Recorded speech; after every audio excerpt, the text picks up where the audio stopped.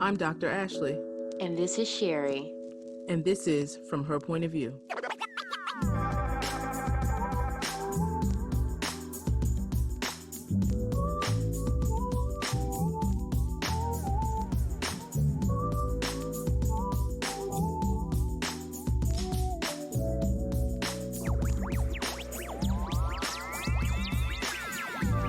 Thank you guys so much. We actually have special guest Killing Tyme, and we appreciate you having the time to be on our podcast.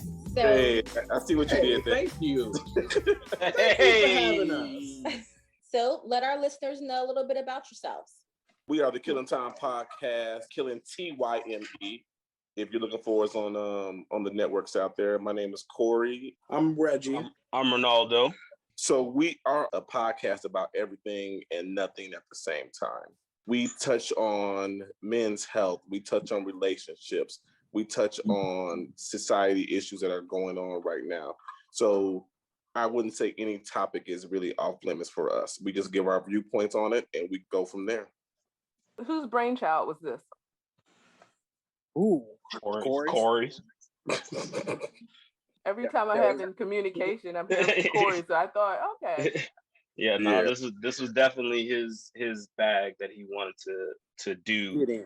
Mainly because like we would go out on Thursdays and we would have these conversations, between the two of us.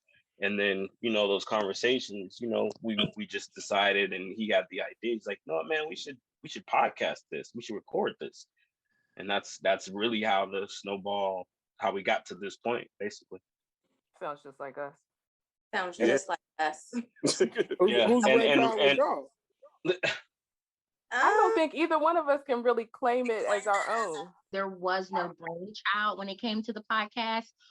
We just talked a lot. And then for us, what we realized is that I call it epic conversations. We were having epic conversations amongst the two of us. And we felt it was a need to involve other people. So we were talking to our friends and they were agreeing like, we all should be talking about this. And that's really where it came about. We just started talking and we were just like, you know what? We're going to start recording what we're saying. And now we're here almost a year later. Next month. The conversations that you guys were having between the two of you, like you said, they were pretty deep and intense conversations. Was that natural? Or were you guys just like was it like for us, like we said, like every Thursday we would get together and we would just chill and hang out. It was more of like a check-in type of thing with each other. You know what I mean? And then we would just talk about how our week was, talk about stuff that we saw in the news, the sports, stuff like that. So your guys' conversations, were they just organic like that? Or were they just like, girl, this is what I'm going through today. Like, I got this going on. I got this going on. Was it like that for you guys? And then you decided to do the podcast? I think the organic conversation was the girl, I got this going on. Mm-hmm. You know what I'm saying? It was okay. And at that time when we started, a lot of stuff was going on in our lives. So talking about it with each other, we were like, we can't be the only people that have this going on. We know we're not. Let's just talk about it. So it was an outlet for us, and then created a platform for other people, basically. Definitely. Right. Do you guys ever have a problem talking about certain content or certain things with just the two of you? Because I find it easier between the three of us, because we, like, me and Corey may be on the same page, but my brother may not, or vice versa. Me and my brother may be on the same page, and Corey may be the mediator in the conversation. Is it kind of hard sometimes between the two of you? Like, do you guys find it awkward sometimes? No, because she's my go-to. Like, I have a handful of friends, some of them 20 plus years, but she is my go-to Sagittarius sister. And I feel like with her, I don't have to explain. I can talk to her about anything. And like she said, during that time, we were going through a lot of stuff that we didn't want nobody to know about. So we just together. And it's never a, girl, I'm siding with you. It's a right or wrong. Either it's right or it's wrong. I'm not going to cheer you on if it's wrong. So we're very honest. Okay. I got you. Okay. That's the definition of a friendship, though. Tell me when I'm wrong. Tell me when I'm right. Like, keep it real with me. Yeah. Right. You should be, absolutely. as a friend, you should be able to take that and be like, oh, he ain't coming out of malice with it. It's what I need to hear. Yeah. It's plenty of times when all of them came to me like, Corey, you wrong. Corey, you greedy. You need to chill. It's Not plenty greedy. of times that I had to take that. Greedy, Yeah, I've told him he's great. Yeah. That's a definitely whole told me. different conversation. That's a whole different topic. We might come back around to that. We might hear it again. Yeah. You take his feedback because you trust what he's saying. Exactly. Right. I've known Ronaldo since I was 14 years old, Ray? About then? 14, 15? Sounds about right. Yeah. Since I was 14, 15 years old. So, like, I know he's not going to steer me the wrong way. And Reggie was always the little brother for us. You know? He was that little one who wanted to be down with us in our team. Little brother. Bro, Yeah, he was little brother. I've learned so much from y'all that I don't even make mistakes hardly ever. No. Hey, first of I all, go when through you it say so you wouldn't do it you, after me. but when he says hardly ever anymore, that technically means that he really didn't learn anything. I didn't. Yeah, I hardly made any mistakes. If you run a fleet, we'll make no some mistake. mistakes. Yeah, exactly. you be living free and clear out here in this shit. Exactly. So now that you have all come together on this platform, is it just the three of you? Do you have like integration with like your family, your significant others, or what's up? So we tried to get the girls on one time, our significant others on before. We took a trip to Seattle, and it would have been a great time for the girls to be on. They don't want to come on. Do they give you do they give you suggestions as No, to I get in trouble what to constantly. talk about? Oh, You I get in disclose trouble stuff you're not supposed to or something? No, it's just it's they tell me that I talk too freely. yeah. Well, all of us in general, they feel like some things should be left private and shouldn't be put out into the world. But I guess the way that I look at it is there are things that we're going to omit, but there are also going to be things that I don't want to say need to be shared, but I guess if you want to look at it in our view, it's either you exist or you don't exist. Either I'm going to talk about a situation that involves you, or you're just not going to exist at all in anything that we talk about. And then you're gonna be mad Right. because I ain't mentioning your name in there. Yep. Exactly. So, Well, what that's do you the want? thing. That's one of the things that we're very conscious of. So when we do talk about situations, we don't necessarily say names. You know what I mean? We don't say, hey, my, blah, blah, blah. Every once in a while, we may slip up and say a name or something like that. But for the most part, we try to leave them out of it. But we do share, certain details about certain things that we are going through. And they aren't very happy about it a lot of the time. But my wife doesn't listen. I was about to say. Give us an example, because so my dude, I told him, I was like, you need to listen to the podcast because I'm talking shit. I didn't say I was talking shit on you. I just said I was talking shit. Right. He took it like I was talking shit on him. But until he listened to it, he was like, oh, okay, I see what you mean. You're just being honest. And I'm like, yeah, but I won't say never. I haven't yet put myself in a position where I'm going to allow someone else to scrutinize my relationship. We're not there yet. Oh, yeah, no. Yeah, ain't nobody going to do that. But people who listen could comment, could say, like, we're very transparent, but there's certain things we just haven't gotten to yet. And Ashley knows everything, okay? Right. And vice versa. There's just certain things that it's not for everybody to know, and especially not in this time. So we have to think about, okay, for this conversation, is this needed? And if it's not, then we just omit it. We may even have talked about it and just deleted it because at that time it wasn't right. Okay, so it's kind of the same thing that we hear, where it's like some stuff that you guys talk about does need to be omitted, which we just are like, you know what, it is what it is. Like, we're gonna, like, for me personally, I'm going to talk about, I'm not gonna blindside my girl with anything that I talk with, something that I talk about. So pretty much everything that we've talked about on the show, me and her have either had a conversation if it has something to do with her, So I don't feel like I'm blindsiding you about talking about it on air. Now, if you feel some type of way that you didn't get everything out that you wanted to say, that's on you. Right. But normally, if we get into it, I expect you by the end of our argument or our disagreement, I would expect you to have had everything you wanted to say out there. And if I take it to somebody else after that, we've already came to our agreement about how we're going to move forward from it. So it shouldn't matter if I'm telling anybody else, because these two are going to know. Yeah. Right. Regardless, like, I think we all had a conversation on the podcast or not. I think we were at my house one day and all the couples had a conversation before we started the podcast. Like, we asked them how they felt about it. Like if they would have a problem with us talking about certain things. We definitely talked about all of them. Yeah. And the consensus was, as long as we have a conversation in our own households about what we're talking about and we come to an understanding, then it can be shared on the podcast.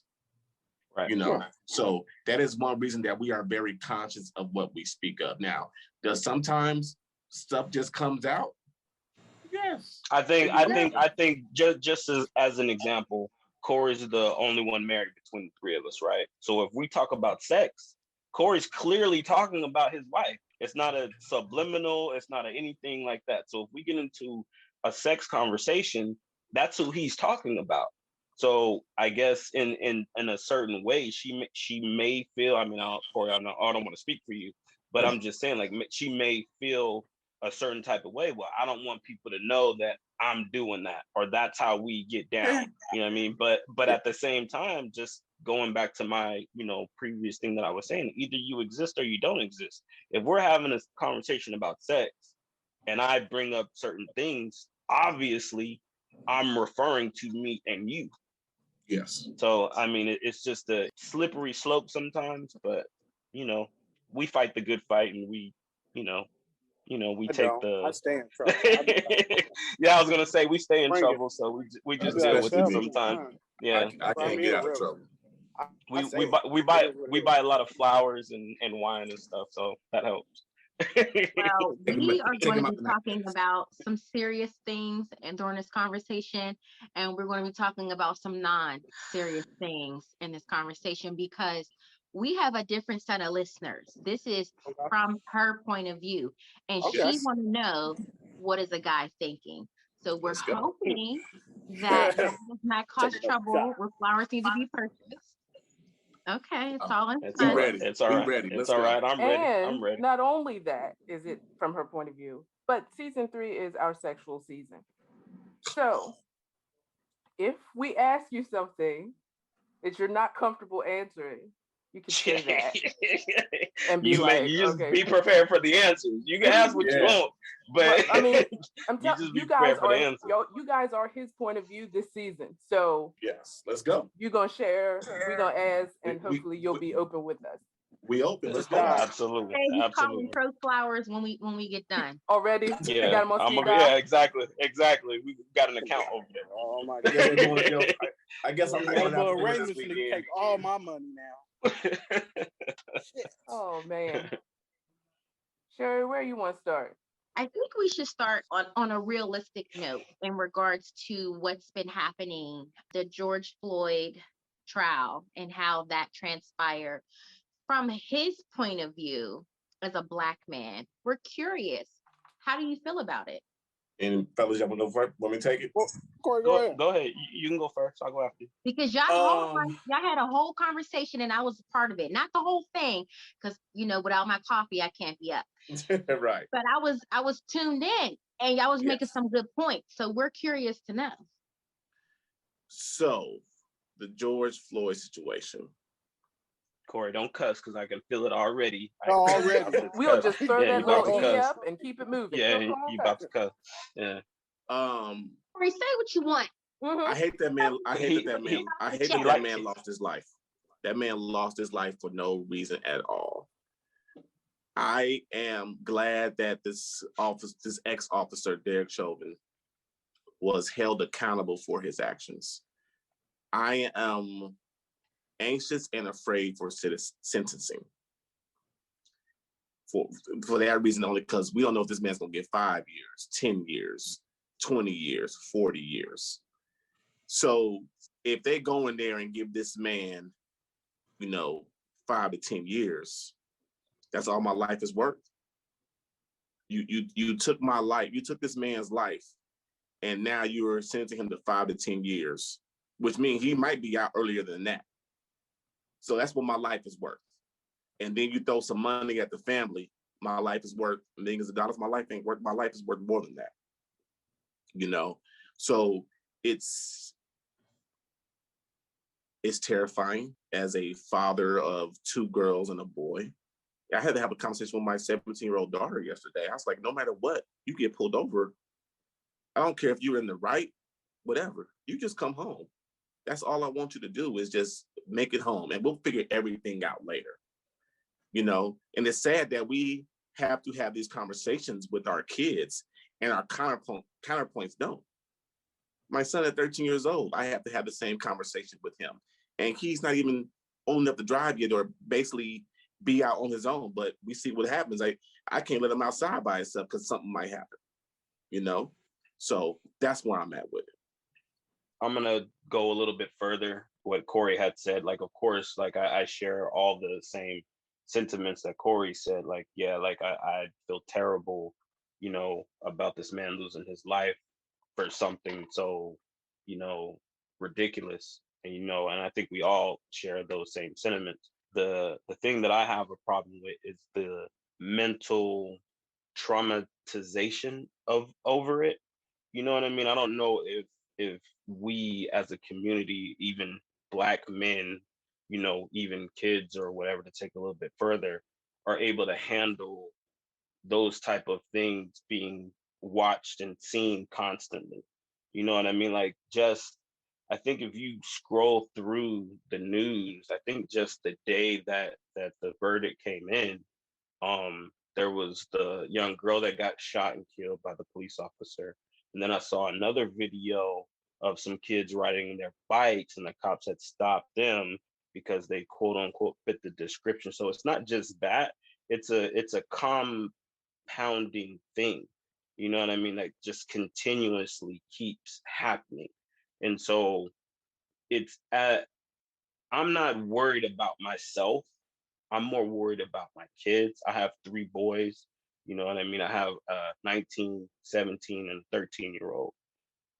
That's the bracket right there that these kids that we are, in, where you need to be worried about them. They're going to be out hanging out with their friends, and I don't know what's going to happen.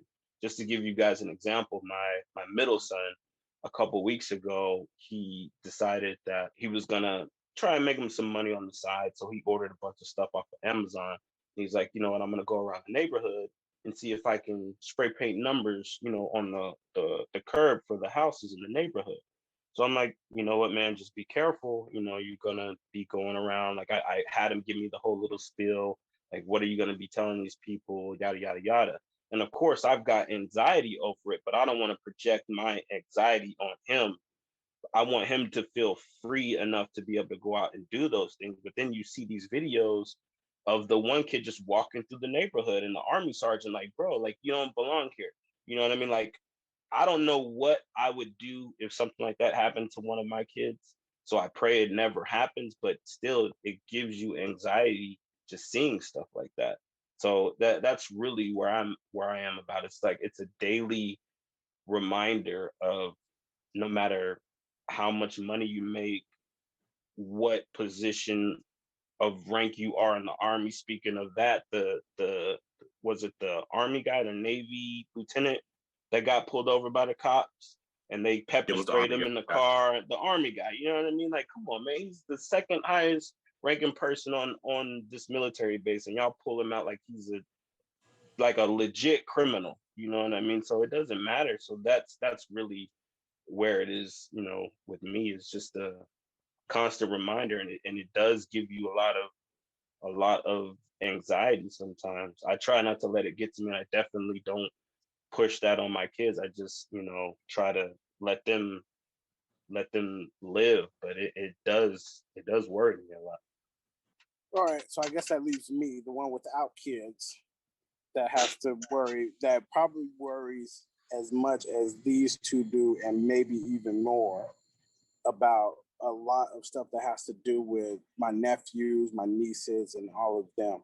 I think the way that I look at the George Floyd thing, like, of course, I'm not going to get into that because of course, I agree with, like, he shouldn't have lost his life. I think my only thing is, like, when I look at something like this, I always try to ask, like, what the family is looking for at the end of the day and what they want the outcome to be. So if they make peace with the amount of years sentenced to him is what satisfies them, then I'm cool with it because I'm not in that situation. So I don't know how I would react to it. So I guess that it sounds kind of like, oh, well, you don't really care. But to me, it's just like, until you're in that situation, you don't know what you want out of it. And I pray that I'm never in that situation to have to try to say, and like to go back to even what Corey was saying, like I don't know that there is a sentence that would suffice you saying this is equivalent to my life. No, there's probably nothing that can be said to that family. And I'm just speaking like if it was me and it was something to try to console me from them taking one of you two. It's there's nothing that you can tell me that I can be like, oh, well, yeah, that's what I wanted. No. What I want is my brothers to be walking the street, my nephews to be back here again, because there's no telling what they had in store further on.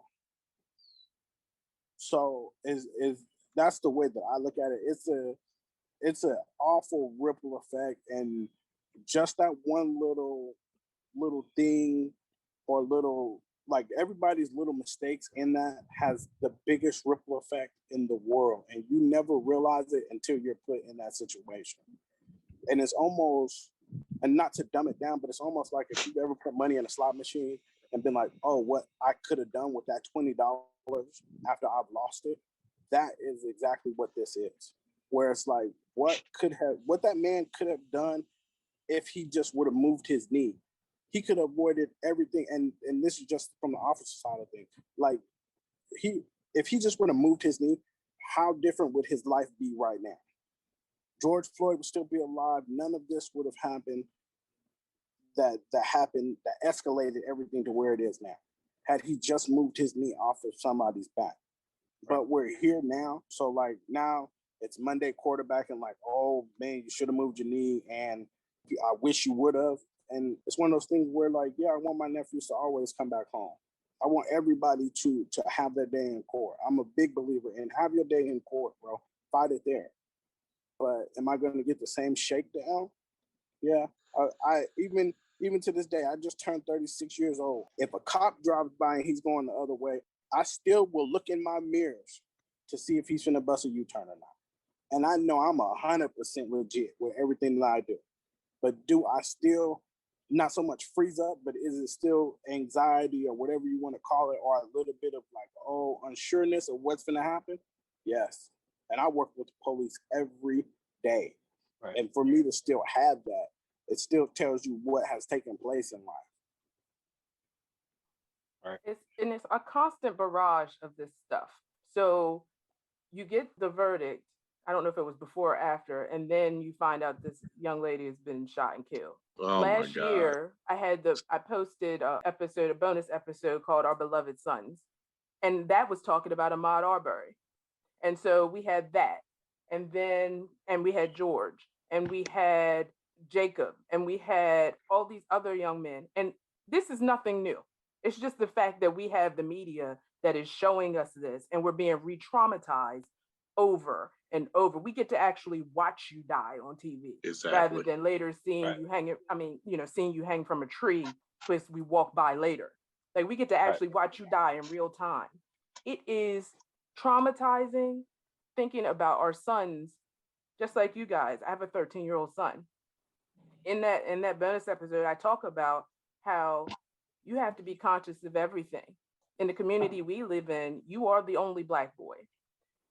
if anything goes down, it's your fault, whether you did it or not, whether you're still in the area or not. It's your fault. Yeah, it's your first one looked at. So we're just constantly re-traumatized over and over again. So in that, how do you guys take care of your mental health? I don't really hold back how I feel. So you will know as soon as how I feel hits my brain. So I guess I'm really good with that side of things. Now, do I deep thought things later on in life or when I'm laying in the bed or whatever? Yes. But like most of the time, I don't have a filter between how I feel. So you're going to get it raw and uncut. So, but my outlets, it's funny because we just talked about it last week too, Corey, where we were like, what are our outlets? I do like to go shooting, as long as ammo isn't $1.25 per bullet. Like it's fun and it's very stress relieving, but it's very expensive stress reliever. But most of the time, just having conversations with these two, or I talk to my mom a lot about a lot of things because she's mostly right there every day. So I talk to her about a lot of things. And just having those conversations, like I think that does for me, it does my mental health very good. I know for me, I go to therapy once a month. I have a therapist that I go see, that I discuss things with, and with everything happening, she actually asked me how my mental health was with seeing everything that's going on with us right now in the news that's happening to us. I think that therapy is very, very important. I know in the Black community, we have the stigma. I ain't going to, but I ain't going to help get no help. Nobody talk to a shrink. But it's so important to have that unbiased voice, just to listen to you, to get your stuff out. And sometimes it's not even about them providing answers to a situation. It's about you being able to get your feelings off your chest and what you want to say. For us out there who are still looking at therapy as something's wrong, something's mentally wrong with me, no, nothing has to be wrong with you to go and seek therapy and just get your stuff off. I talk my mom into it. I talk my wife into it. My daughter goes to see a therapist. It's just very important for us to have that outlet to me to share our thoughts and our feelings. For me, I'm a thinker at heart, so I'm always thinking about stuff like all the time. And I think my mental health is kind of, I guess, rooted in that, is where I tend to just kind of process things myself. I don't let, or at least I should say, I try not to let things that I see in the outside world affect me personally. And I know it sounds kind of weird to say it, but I just tune stuff out a lot. And that's probably a bad thing because, and I actually talked to Corey about this, about the whole therapy thing. But, it probably would be, something very beneficial to me to go see a therapist, because who knows, maybe I'm just holding a whole lot of repressed emotions in that I don't know about. But, for the most part, that's what it is. I listen to music. I watch funny stuff a lot. I like to laugh. So whenever I'm not feeling good, I'll turn on some music, or I'll go watch, Boondocks or something like that. That's where my mental health comes in. I like to get away from the world a lot. Do you have any apprehension to going to therapy, or is this not something that you've decided to do yet? It's just something that I just haven't decided to do yet. I don't have any apprehensions about going. I'd do it. I just haven't, I guess made the effort to do it. But I wouldn't have any problems about going at all. I actually have a friend that's a therapist, but and it's funny that I talked to her about it, and I was like, yeah, it kind of would be a conflict of interest if you were my therapist, seeing as how I know you personally, and I don't think that would work. Who's the therapist? I'll tell you later. Not touching that one. So we got some heavy things out of the way. All right. Now we get Let's go. Let's bring some levity to the conversation. What you got, Sherry? Like, oh no, who got the draw for? Bam. Here we go. Right. Draw for. Well, is there anything that you guys want to ask us before we move forward? What is y'all outlet besides the podcast and with each other? What is y'all outlets? Prior to coronavirus, we used to hang out all the time. At least once a week, we would, pick a restaurant somewhere that we haven't been to before, because we both like to try new things, and we would go and we would hang out for hours and just talk about life, like our home life, situations or things that we couldn't figure out. We are both, when I say busy, that's not an understatement. Like, we are both very busy. And when we first started this, she had just got her doctorate. Hey, girl. And Congrats. I know. Right. And I had just started school. So we had that, but she's working 2 jobs. I'm working. We're trying to figure out like this whole podcast thing. So we were busy, and sometimes just going out and just having a nice meal and maybe a glass of wine and just talking about nothing, a lot of nothing, was very therapeutic for us, because although we could go to our spouses, it wasn't like going to each other. Nope. So that was our outlet. And now our outlet is this podcasting. Sometimes I'll just call her and be like, I need you to just listen to me, whatever it might be. And she'll just listen. I do a lot of journaling. So I write a lot. Like, even when we're talking, I'm taking notes, because that's just I see that right now. Yeah, that's how I process it. Because I feel like my mind is moving 1,000 miles a minute all day, every day, that if I don't write stuff down, literally it'll be here and it'll be like gone. I might need to steal that. You definitely need to steal that. I write down everything. And I tell people, like, I'm taking notes, not to be, disrespectful, but because I'll forget like that quickly, it'll be gone. So I journal a lot, and for it as an outlet, that does help me to get certain things off my chest that I can't just tell anybody. Okay. How long have you guys known each other? Since 2016. Okay.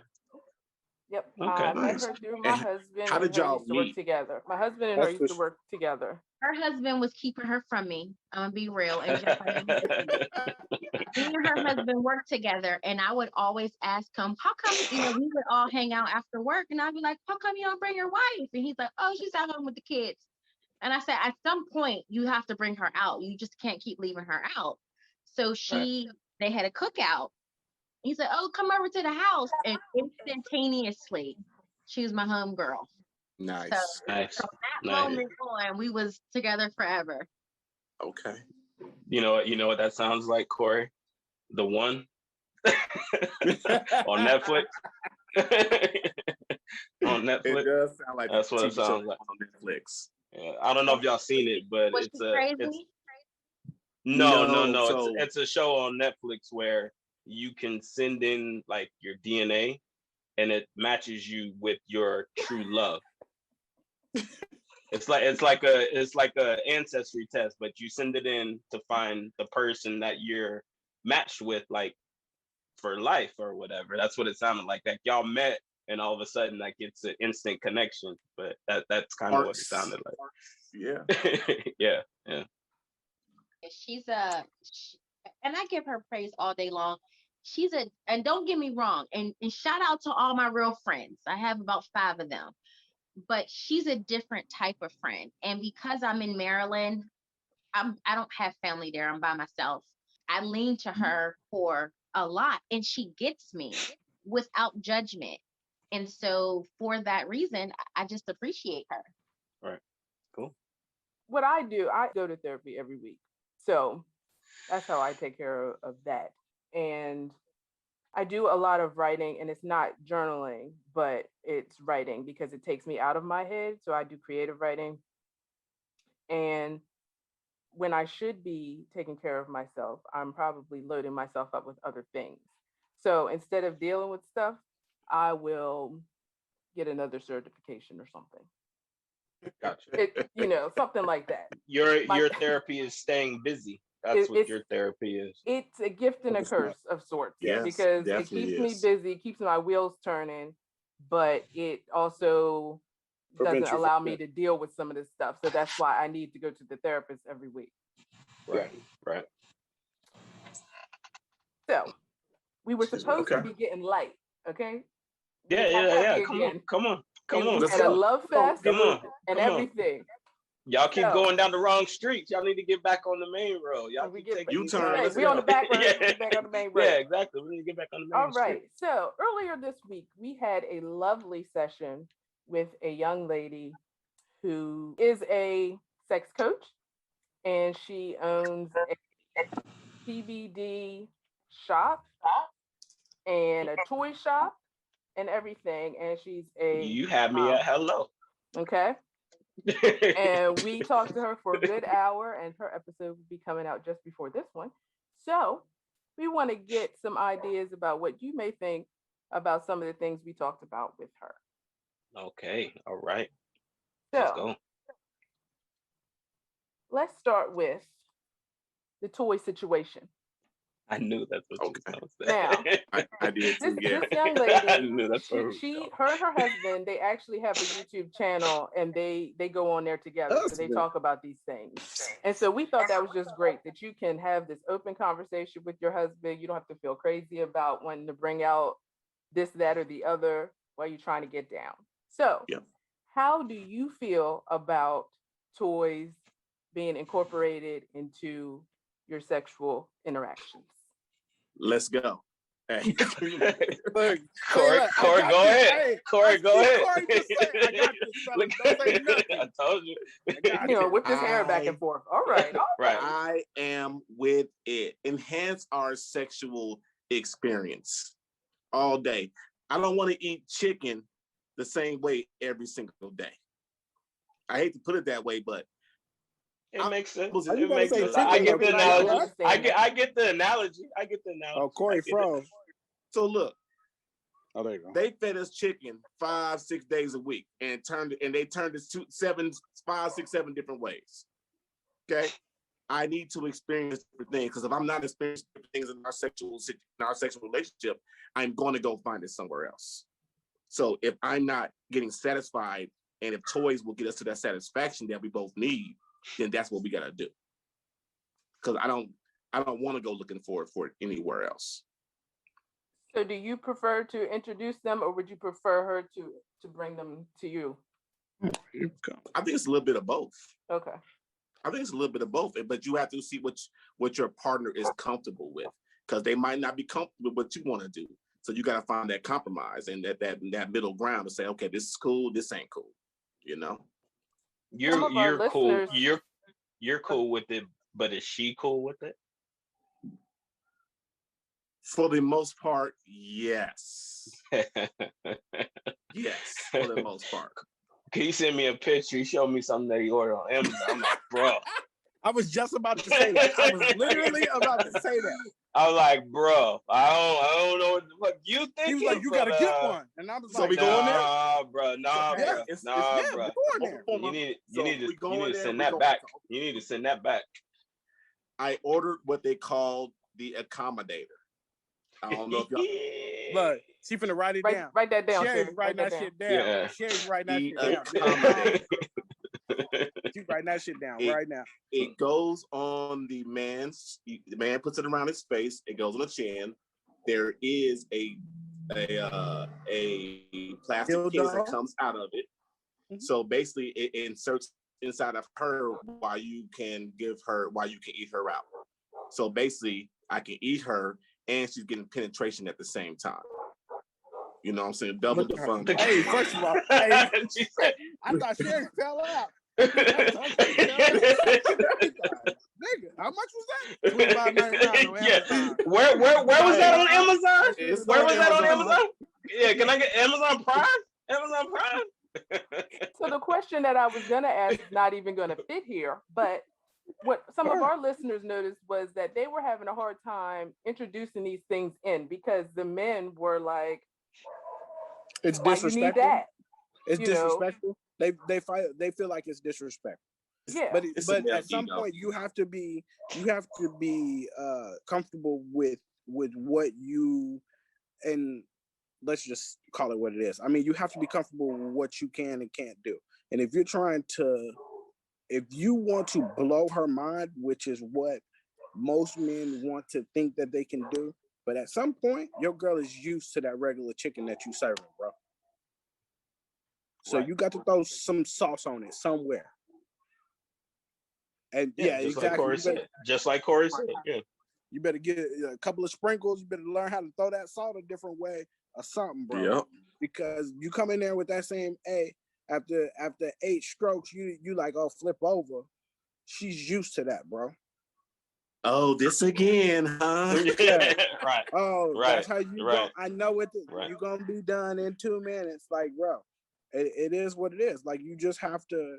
I mean, you got to call a spade and know that if you want to hit her with a wild card every once in a while or a joker, you got to have something up your books. Now you better make sure she's with it, because you you got to be man enough to know, hey, look, I'm finna fuck up your life today. Right. I'm finna show you why you love me. Boom. Right. What I'll say is that in our conversation, what we came across is that couples don't communicate this with one another.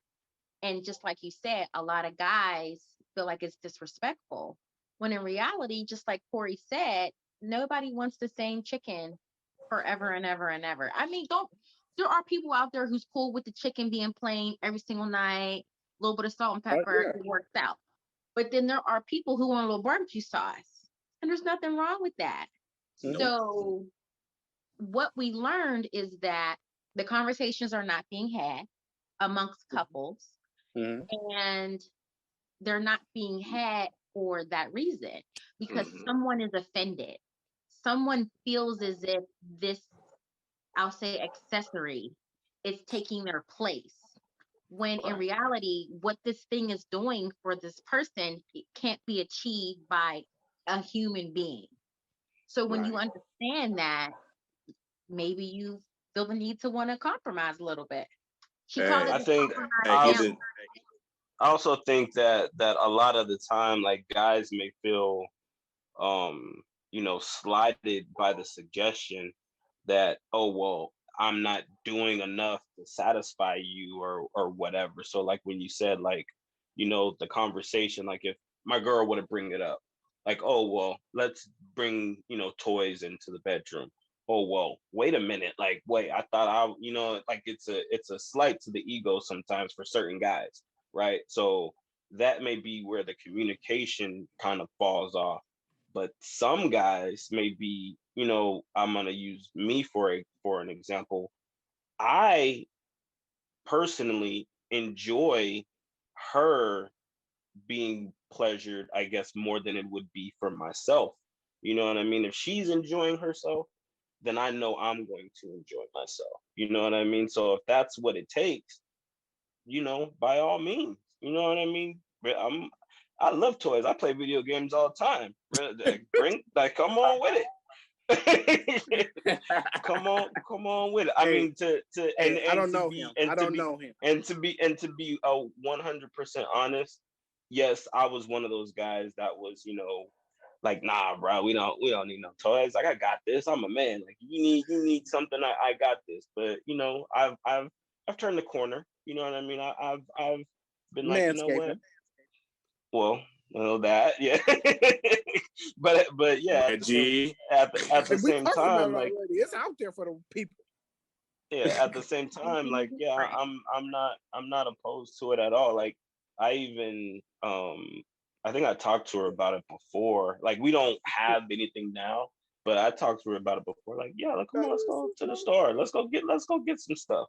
You know what I mean? But I'm definitely not opposed to it at all. So I think it's important. It's important to understand that it's an accessory. It's not a replacement. It's an enhancement. Exactly. It's if anything, it just if anything, like, and this is gonna sound very funny, but it's less work I gotta do. You know, you know what I mean? Go ahead. Like, I'm just saying. I'm being honest. It's less work I got. It's less work I gotta do. So I mean, shit. Yeah. So you have to get out your own way when it comes to sexual satisfaction sometimes, because either you're going to have an accessory enhance your sexual relationship, or you're going to have someone on the outside enhance your sexual relationship. And which one do you want? I'm just saying. Are we talking about today or just moving forward? No, we're not. Not with you. Shut up, Reggie. Hey, sex and finances in relationships. What you mean sex and finances? It's two of the most culprits to divorce, man. Sex and finances. So, hey, sex ain't up there for no reason. True. You know what I'm saying? That's all I'm saying. I'll give you that. I'll give you that. They both can be worked on. So, and he's right. Sex and finances are important in a relationship, and they are the things that drive people to not be together. So if you know that, and you all are constantly communicating with one another in regards to that and building that and making sure that foundation is solid, you shouldn't have any issues. So it all comes back to communication. Yeah. So how I know it's what we get next. Come on, Sherry. I mean, communication is what it comes down to. So it was a draw. It was a setup. It is not a setup. So, because again, her point of view wants to know what his point of view is. So when it comes to communication, how effective would you say you are in your relationship? Ooh, on a scale of what? 1 to 10. Communicating like in general, certain topics, because we all bullshit. Like we all talk. Like I can talk to my dude about nothing all day long, but when it comes down to something that matters, he kind of ain't really like, oh, here she go again, and I'm gonna keep going there until I feel like there's a resolve. So, and I had to change my approach, because after a few times of me asking you a certain something, now I'm just like, so what's up? Like, and I don't like to do that way because it shuts the conversation down. So I'm not effectively communicating with him at that point. Like he hears what I'm saying, but he ain't hearing what I'm saying. Right. I got you. So when it comes to what matters, how effectively are you communicating? I'll go first. So I'm gonna go first only because the way that I look at this is, if you are asking me to effectively communicate, you need to be prepared for what's going to come out of my mouth. And if you're not prepared, and I don't feel like you're prepared because of your past actions, I will shut down. And not so much shut down, but I just won't answer the question, to where I'm just like, you know what, not today. Or like you said, your guy would be like, here she go again. And it's just like, it's just plain out. Like if my girl asks me something right now and I know she's not prepared for the 100% truth, I just be like, we don't want to talk about this right So now. how do you ascertain whether or not she's prepared to receive your answer?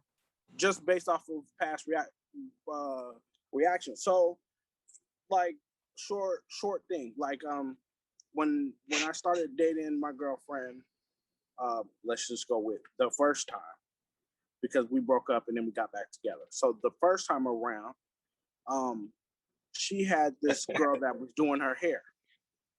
Well, she found out that me and that girl messed around years ago, and she stopped going to get her hair done by this particular girl.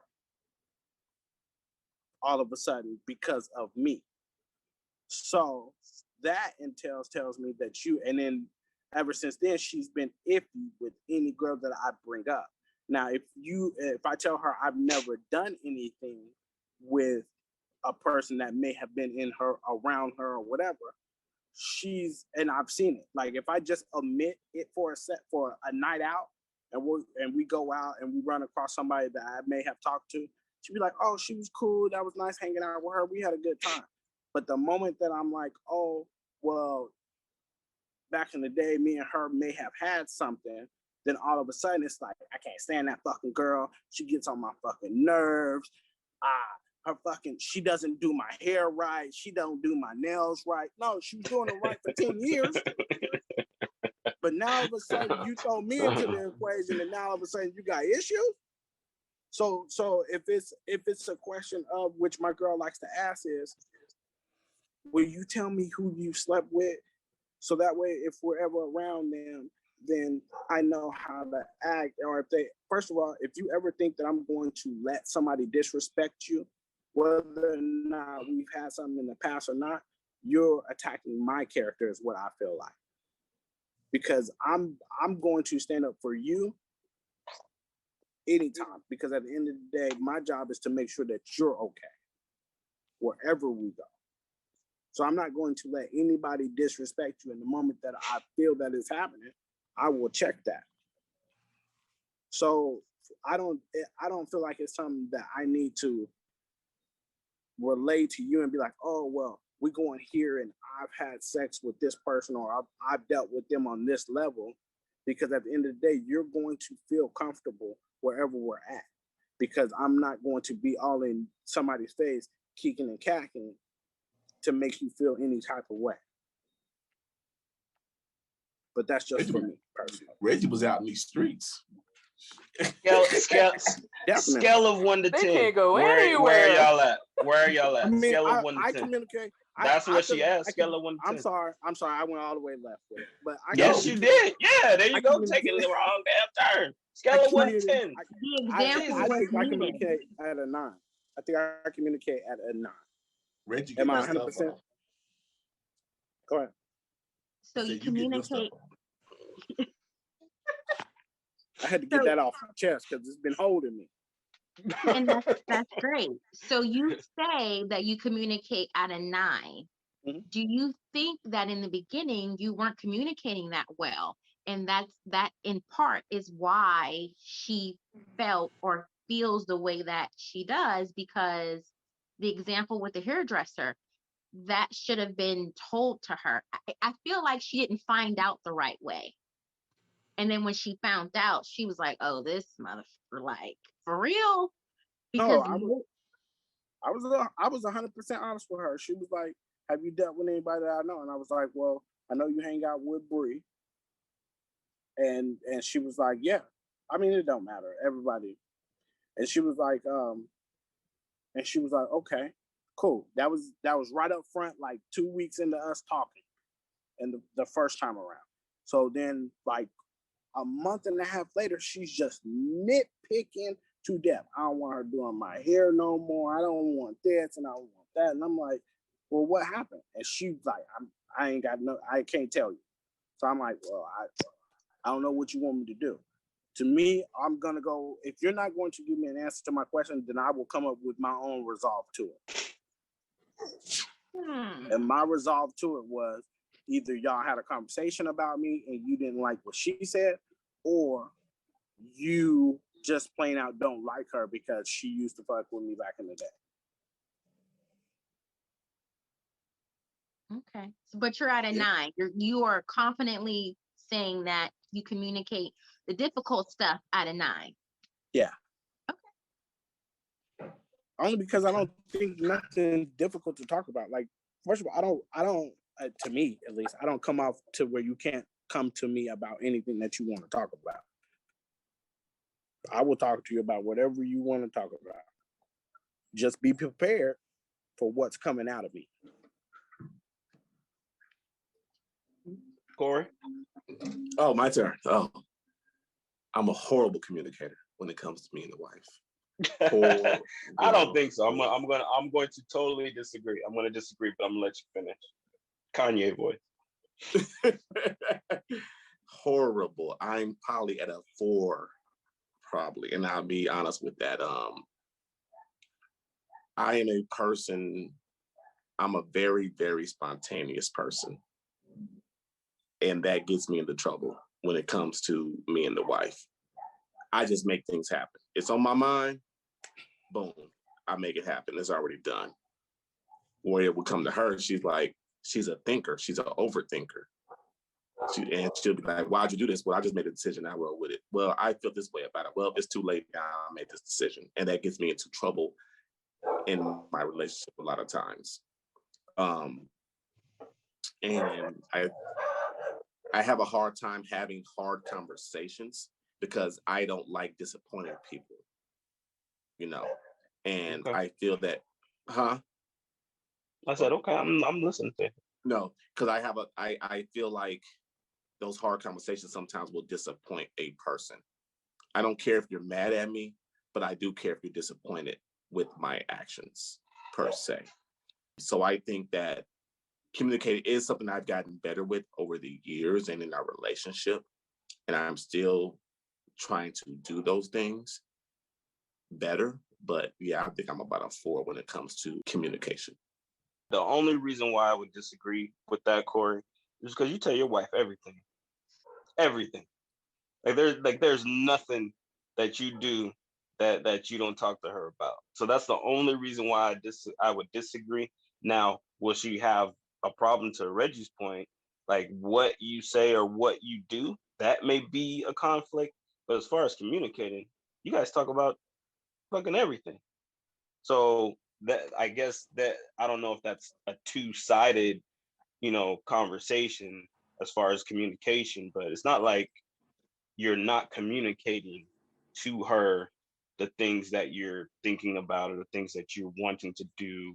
Like you literally tell her freaking everything. You know what I mean? I guess that's something that I've gotten better with over the years. Right? Yeah, absolutely. That's what I mean. Yeah. That's what I mean. And yeah, that's why I say still those hard conversations sometimes, is difficult for me to have because I don't want to see her hurt or see the disappointment in me. Right. A lot of times I'll just, we have an argument, I'll shut down. I hate arguing. I don't want to argue. We ain't gonna argue about nothing. Like, what I'm saying? I will automatically shut down. Like, you know what? I'm done with this conversation. Because arguing is getting nobody anywhere. I'm gonna say something, you're gonna say something, and now we're at the therapist talking mess to each other. Like we went to our therapist last week. And we went in there, my therapist was like, what's wrong with both of y'all? You wear it. You wear that frustration. You wear that anger, Yeah. So, yeah. Well, I'll go. I think I'm a great communicator. My girlfriend doesn't think so. So I don't know where that ranks me in that scheme of things. I guess you would say, split the difference and call it a 5, I guess. But, I guess the thing about communication is understanding also. Like you have to understand where the other person's point of view is a lot of the time. And sometimes I think that's where the communication can fall off. Like, I'm not necessarily going to see things the way that you see things, but that doesn't mean that I don't understand your point of view or don't respect your point of view. But that doesn't mean that we can't talk about it. That doesn't mean that we can't communicate about whatever the issue is. But I may have a different view about it. I may see it totally different than you do. But that doesn't mean that we still can't, agree to disagree, for a lack of better words. You know what I mean? But, I think as far as communication, like talking about stuff, I have no problem talking about anything. You ask me a question, I'll talk about it. I have nothing to hide. I'm not shy about anything. If I say something that's going to piss you off, well, then, you asked. And to what Reggie said, just be prepared for what you asked for. Like, I don't lie. I don't hide anything. So I think that's a lot of the time where communication does fall apart, though, is understanding the other person's point of view sometimes. And just, okay, well, you think, this way, I think this way, I respect it. We can move on. We don't have to agree at the end of the night on every single thing. You know what I mean? I guess that's, what, makes us, us, it just, That's just the way I look at things. I'm not an anger filled person. Like, I feel like some people a lot of the time can get mad or upset with people because they're trying to express certain things and they don't feel that you feel the same way that they feel. So, oh well, you don't feel the same way that I feel, so you don't understand what I'm saying. I get it. I may not agree with it, but I get it. I understand what you're saying. So we can move on. So that's where I think she doesn't think I'm a good communicator, is because I don't agree with her on a lot of things. But hey, it is what it is. For me, I think communication is a multifaceted thing. So, yeah, I may be able to express myself to you clearly, but are you receiving what I'm saying? And that's the body language and everything. So if I'm talking to you and you're rolling your eyes in your head like, oh, here she go again, how comfortable am I going to be coming to you with the situation? Right, or if you say, yeah, you can talk to me about anything, but be prepared to take what I'm going to tell you, what you get ready to throw at me. Like, what do you mean? You know, you know how, for me, we don't argue either. In our household, we don't argue. Because if the conversation is getting to a certain place, I'm going to say the conversation's over. You're not going to talk to me like that. We're going to come back when we're, cooler heads have prevailed. Mm-hmm. Right. So, yeah, communication may take a little bit longer for us because with therapy, we need to teach us how to communicate and say, I heard you say, da, da, da, da, da. Is this what you meant? Because that's what I heard. And it takes a long time, and that's not how we were taught to talk at home. I can't stand it was that. like, I can't stand that. If you don't get to the point, but right. Like I was saying, communication has a whole lot of things going on with it. And so if, I can talk to you about anything, but, are you going to receive it? Are you going to throw it back at me? How's that going to go? And I think sometimes that stifles the communication. People are not going to want to say certain things if they're concerned about how it's going to be received. Right. Yeah, of course.